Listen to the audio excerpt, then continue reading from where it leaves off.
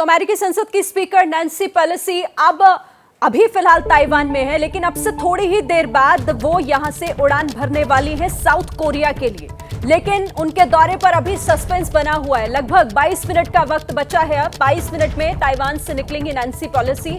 और इसी बीच आपको ये अपडेट भी हम दे रहे हैं कि किस तरीके से अभी एक सवाल उनके यहां से उड़ान भर पाने को लेकर खड़ा हो रहा है। सस्पेंस बना है नैन्सी पेलोसी के साउथ कोरिया दौरे पर। 22 मिनट का वक्त, क्योंकि भारतीय समय के मुताबिक दोपहर 2:30 बजे और अब 21 मिनट का वक्त बचा है।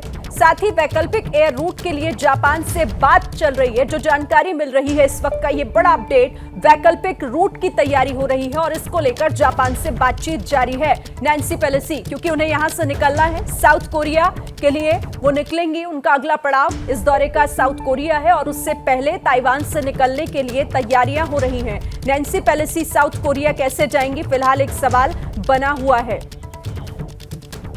और तस्वीरें जो हम आपको दिखा रहे हैं, इसी विमान से, यहीं से वो उड़ेंगी। इसी एयरपोर्ट से उन्हें यहां से निकलना है, यहीं से उड़ान भरनी है। वो तस्वीर भी आपने देखी जिस विमान में सवार होकर यहां से उड़ेंगी। लेकिन कैसे, इसको लेकर अभी सस्पेंस की स्थिति क्यों बनी हुई है? वो इसीलिए क्योंकि चीन ने अपने एयर स्पेस में तमाम इंटरनेशनल फ्लाइट्स को आने के लिए मनाही की है। और इसी बीच अब बताया ये जा रहा है कि जापान से अब जो वैकल्पिक रूट है उस पर बातचीत हो रही है। यानी कि नैन्सी पेलोसी को यहां से जाना तो है ही, लेकिन कौन सा वो सुरक्षित रास्ता हो सकता है उस पर विचार किया जा रहा है। सीधे रुक कर लेते हैं ज्यादा जानकारी के लिए प्रणय।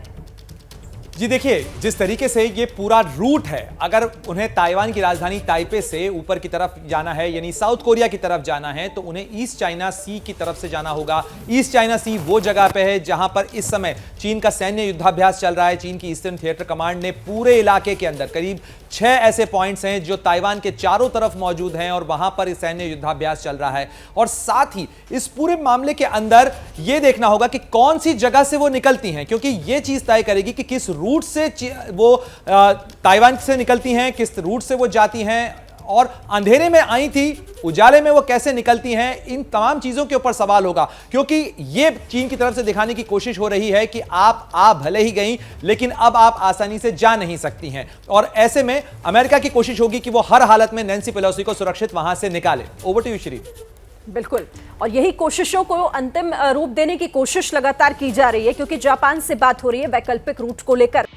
ये हैं शर्मा जी, जो रात का खाना और देश दुनिया की सुर्खियां दोनों लेते हैं सुमित अवस्थी के साथ। अब ये हैं इनके पड़ोसी बनर्जी साहब। मिष्टी दोई खाते खाते पूरा बंगाल जान लेते हैं सुमन दे के साथ। इनकी तरह आप भी देखें अपने फेवरेट न्यूज एंकर को एक ही ऐप पर, और डाउनलोड कीजिए एबीपी लाइव ऐप अपने स्मार्ट टीवी पर।